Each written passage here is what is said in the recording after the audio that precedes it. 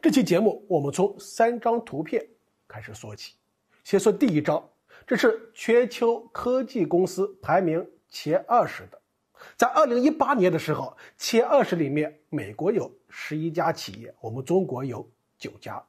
到了2021年的时候，美国变成了18家，中国只剩下了2家，腾讯和阿里。再来看第二张图，是中美两国科技公司这2年的市值变化。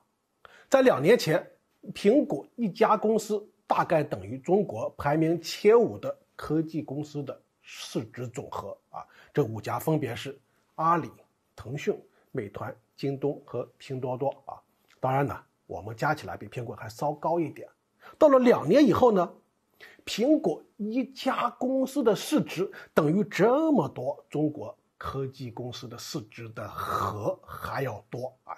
我数了一下啊，这个名单里面有49家中国企业，还差多少呢？还差12000多亿美金。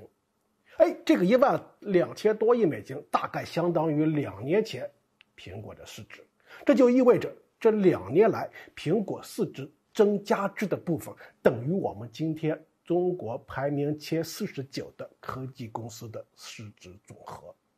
再来看第3张图，是中美两国历年新增独角兽企业的数量对比。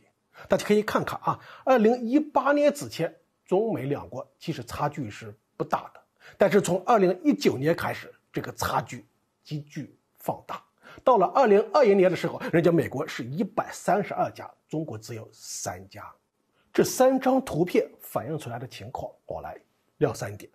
左一点，中美科技企业的差距正在越来越大，触目惊心啊！也就是2-3年的时光，人家呢是成倍的增长，而我们呢是成倍的缩水。